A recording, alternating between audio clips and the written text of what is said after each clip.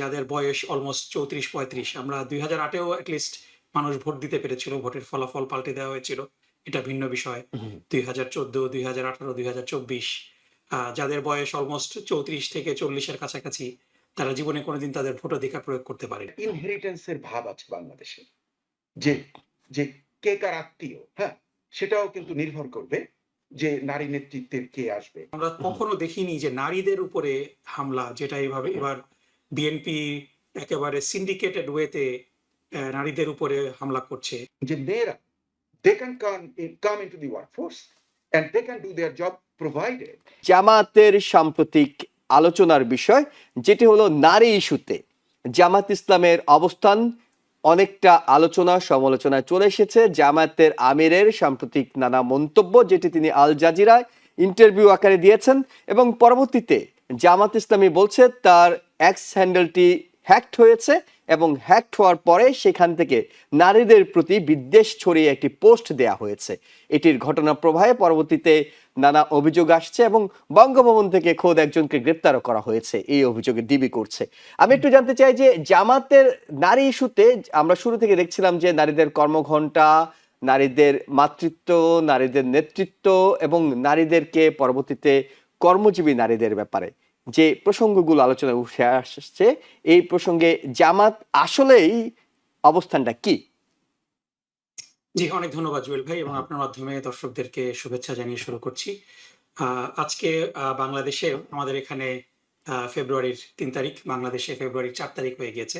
আর ৮ দিন পরে বাংলাদেশে, বহুদিন পরে, আমি বলি যে ২০০১ সালের পরে একটা নিরপেক্ষ নির্বাচন অনুষ্ঠিত হতে যাচ্ছে।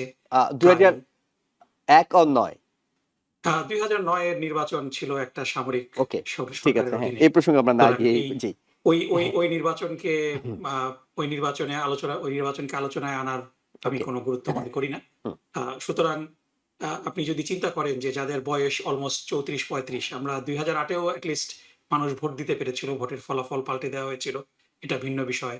২০১৪, ২০১৮, ২০২৪ যাদের বয়স অলমোস্ট ৩৪ থেকে ৪০ এর কাছাকাছি, তারা জীবনে কোনোদিন তাদের ভোটাধিকার প্রয়োগ করতে পারেনি। এটা মানে একটা চরম অগণতান্ত্রিক একটা পরিস্থিতির মধ্যে মানুষ ছিল। মানুষ মুখিয়ে আছে তাদের ভোটাধিকার প্রয়োগ করার জন্য। একটা উৎসবমুখর পরিবেশ তৈরি হয়েছিল এবং এটাই আশা করা হচ্ছিল যে একটা সুন্দর আ একটা পরিবেশের মধ্যে মানুষ ভোট দিবে। কিন্তু দুঃখজনকভাবে কিছু অপ্রীতিকর ঘটনা ঘটছে। আমরা দেখছি যে মহিলাদের উপরে, এটা আমরা কোনোদিন দেখিনি। বাংলাদেশের ইতিহাসে এবার ৯১, ৯৬, ২০০১ যে ৩ টা হলো গোল্ড স্ট্যান্ডার্ড ইলেকশনের, সেই নির্বাচনগুলাতেও কিন্তু সংঘর্ষ হয়েছিল। হুম, হুম। কিন্তু আমরা কখনো দেখিনি যে নারীদের উপরে হামলা, যেটা এবার বিএনপি একেবারে সিন্ডিকেটেড ওয়েতে নারীদের উপরে হামলা করছে। সো এটা খুবই উদ্বেগজনক, এবং এটাই আপনার প্রশ্নের উত্তরটা আমি এখানেই দেব যে লিবারাল বিএনপি এবং একটা আরবান এলিটদের মধ্যে একটা ধারণা ছিল যে বাংলাদেশ জামাত ইসলামী মহিলাদের কাছে খুবই অজনপ্রিয়। এবং আপনি যদি দেখেন, আপনি বিএনপির যারা টকিং হেড বুদ্ধিজীবী, তাদের সাথে যদি আপনি কথা বলেন, আপনি কথা বলতেন আগে, তখন দেখবেন যে তারা একেবারে জামাতকে এত বেশি ডিসমিস করে, এত বেশি কি বলা যায় যে আন্ডার এস্টিমেট করে, এত বেশি তুচ্ছ-তাচ্ছিল্য করে যে না, এরা তো হলো হুজুর, এরা সাধারণ শিক্ষিত জনগোষ্ঠী, বিশেষ করে কর্মজীবী মহিলা, আরবান মহিলা, তাদের মধ্যে এদের জনপ্রিয়তা একেবারেই নাই। সুতরাং ৫০% যেহেতু ভোটার মহিলা, এদের কোনো সম্ভাবনাই নেই। কিন্তু আপনি অবাক হয়ে দেখবেন যে আমরা যদি বাংলাদেশের ছাত্র সংসদ নির্বাচনগুলোর কথা দেখি, এবং এই ছাত্র সংসদ নির্বাচনে স্পেশালি ডাকসু নিয়ে আমি বাই দ্য ওয়ে বলে রাখি যে বিএনপির হুম, অনেক দায়িত্বশীল ব্যক্তির সাথে আমি প্রতিদিনই কথা বলি, এখনো কথা বলি। হুম, হুম। আমি তাদের নাম বলছি না, এবং তাদের প্রতি আমার যথেষ্ট শ্রদ্ধা রয়েছে, এবং তাদের প্রতি আমি শ্রদ্ধা রেখে আমি সবসময় কমিউনিকেট করি। আমাকে বিএনপির প্রত্যেকটা নেতৃস্থানীয় বুদ্ধিজীবী এবং দায়িত্বশীল যাদের সাথে আমি কথা বলেছি, তারা আমাকে বলেছে যে ভাই, আপনারা ঢাকা বিশ্ববিদ্যালয়ে জিতার কিভাবে আশা করেন? কারণ এখানে বাংলাদেশের সবচেয়ে প্রোগ্রেসিভ মহিলারা এখানে থাকে, তারা আপনাদেরকে কিভাবে ভোট দিবে? জুয়েল ভাই, আপনি সাক্ষী, আপনার সাথে আমি বারবার কথা বলেছি যে রোকেয়া হল, কুয়েত মৈত্রী হলে যখন শিবিরের বিজয়ীদের নাম ঘোষণা করা হচ্ছিল, তখন যে উচ্ছ্বাসের ভিডিও আমরা দেখেছি ছাত্রীদের মধ্যে থেকে, অলমোস্ট 70% ভোট পেয়েছে মহিলাদের বাংলাদেশে ডাকসুতে। আপনি যদি দেখেন যে যে মানে আপনি এখানে আমরা জানতাম যে শিবির বিজয়ী হবে, ওকে। কিন্তু ছাত্র দলের সাথে যে ব্যবধানটা ছিল, যে আমাদের ভিপি সাদিক কায়েম যেখানে 15,000-এর বেশি ভোট পেয়েছে, সেখানে আবিদ পেয়েছে 5,000-এর কাছাকাছি ভোট, মানে অলমোস্ট 3 গুণ ভোট পেয়েছে। হুম, হুম। এবং শুধু এটা ঢাকা বিশ্ববিদ্যালয়তে ছিল না, জাহাঙ্গীরনগর বিশ্ববিদ্যালয় যেখানে মানে বামপন্থীদের, আহ, সরোয়ার ভাই জানেন যে বামপন্থীদের মানে সবচেয়ে বড় আস্তানা হলো জাহাঙ্গীরনগর বিশ্ববিদ্যালয়।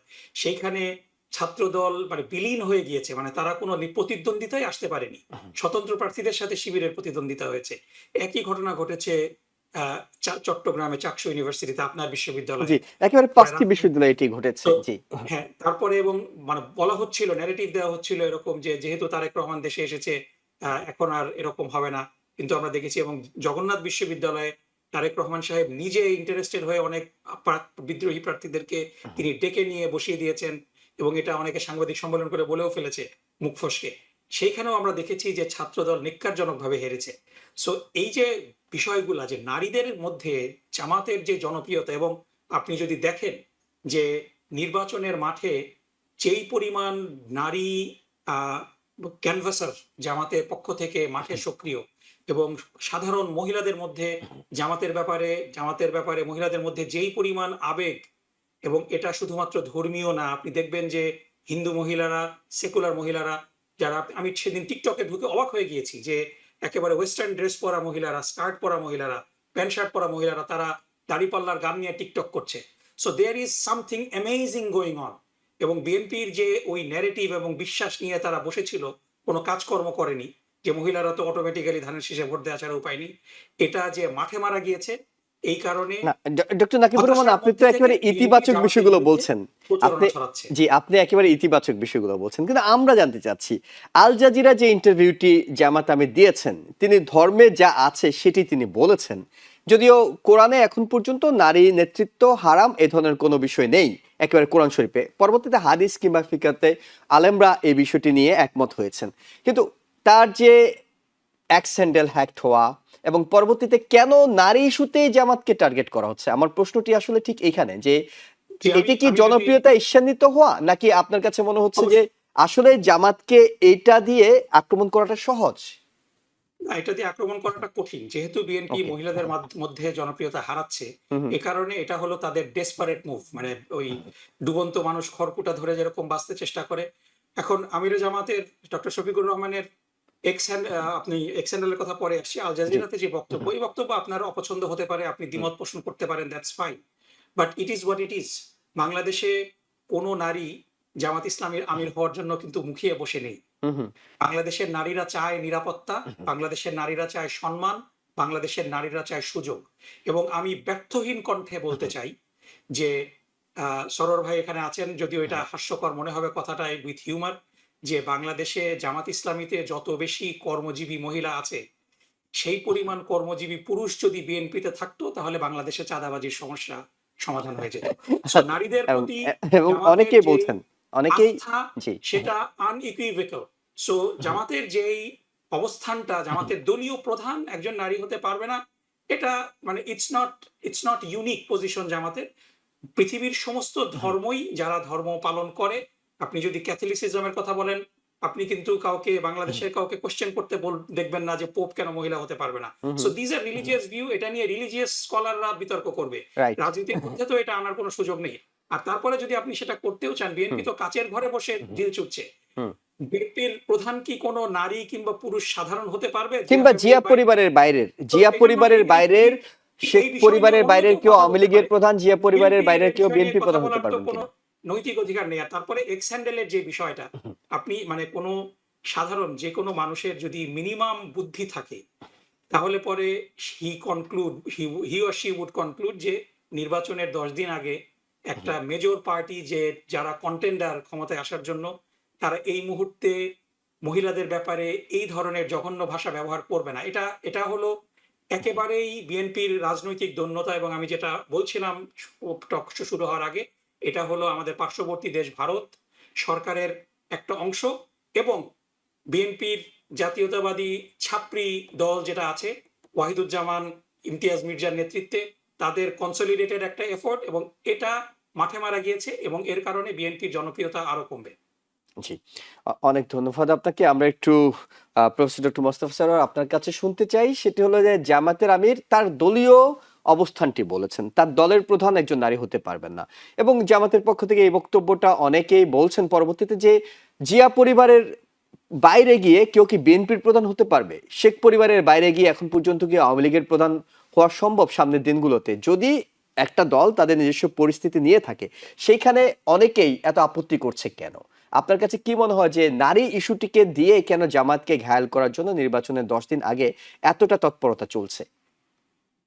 না, আমি একটা কারেকশন করব জি, যে আওয়ামী লীগের এককালীন কিন্তু হয়েছে, প্রেসিডেন্ট হয়েছে। ছিল হ্যাঁ, আওয়ামী লীগ। খুবই অল্প সময়ের হ্যাঁ, জন্য হয়েছে। এবং হ্যাঁ, এবং এবং সংকটকালীন যখন সময়ে। 16 জি। হ্যাঁ, 69 আন্দোলনের যে মেইন প্রসেশনটা হুম, আমি কিন্তু ওখানে ছিলাম হুম, হুম, এবং ওখানে আমেনা বেগম ছিলেন সবার হুম, সামনে। Hmm, she was in the front. জি, বিশ্ববিদ্যালয়ের ওখান থেকে একদম সর্বত্র হুম, ওই প্রসেশনে উনি ছিলেন সামনে।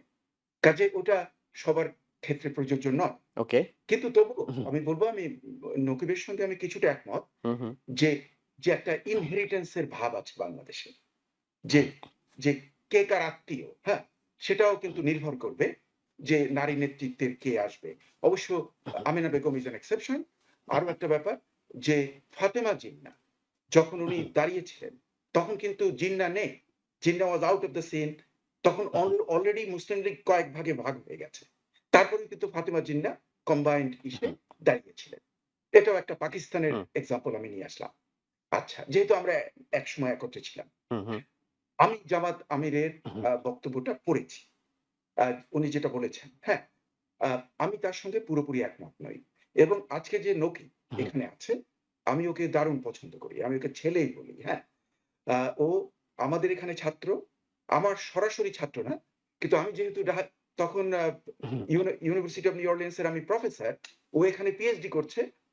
আমি ওকে ছাত্রই ভাবি। যেটা আমাদের জি, ঢাকার ট্র্যাডিশন। জি, তো হুম, নকিব আ ও আমার মেজো ছেলেকে তার একটা নোটের দরকার ছিল, একটা বই। সেই বইটার জন্য আমি ওকে রিকোয়েস্ট করেছিলাম। আমি জানতাম না যে ও শহরের বাইরে। হুম, ও প্লেনে আসবে নিউ অরলিয়ান্সে। অনেক রাত হবে। ও আমাকে বলল যে, "আমার তো অনেক রাত হবে। আপনি কতক্ষণ সজাগ থাকবেন?" আমি বললাম যে, "আমি তো যে পর্যন্ত না তুমি আসো।" বলে, "তাহলে হুম, আমি ১ টার দিকে আসবো।" রাত ১ টায় এসে নকিব ওই বইটা আমাকে দিয়ে গিয়েছিল। কেন আমি এই কথাটা বললাম? জি, এই যে আমার হুম, ছেলে যে আরাশ ফারজিন সারওয়ার, মানে নকিব ভালো করে ওকে জেনেছে। এই আরাশের যখন জন্ম হয়, হুম, সেইদিন আমার স্ত্রী সে ছিল resident in Lankenau hospital of Thomas Jefferson university in Philadelphia. ও সেদিন ১২টা পর্যন্ত অফিস করেছে। 3rd or 4th ফ্লোরে আমি ভুলে গেছি। জি, তারপরে হুম, সে এলিভেটরে করে যখন তার মানে when she is ready আর ওকে যে করবে, ডেলিভারি করবে সে ওর একটা ফ্রেন্ড, মহিলা ফ্রেন্ড আ সে কল করলো, "হেই সাইদা কখন আসবে?" বলে, "ঠিক আছে আমার একটু কাজ হুম, শেষ করেই আমি আসি।" হুম, হুম, ও ওর পুরো সেই রেসিডেন্সির কাজ শেষ করে ও এলিভেটরে করে গিয়ে ওই ডেলিভারি ওয়ার্ডে গেল এবং তাতে আমার এই ছেলেটার জন্ম হলো। Arash Farzin Sarwar and by the way আমার স্ত্রী এখানে ডাক্তারি করে। কিন্তু আমার ছেলে ঠিক হার্ভার্ডে গেছে। আমি তো ফুল টাইম তখন professor, director and so on. Hmm, কিন্তু এত এর মধ্যেও আমার ছেলে কিন্তু ও হার্ভার্ডে গেছে।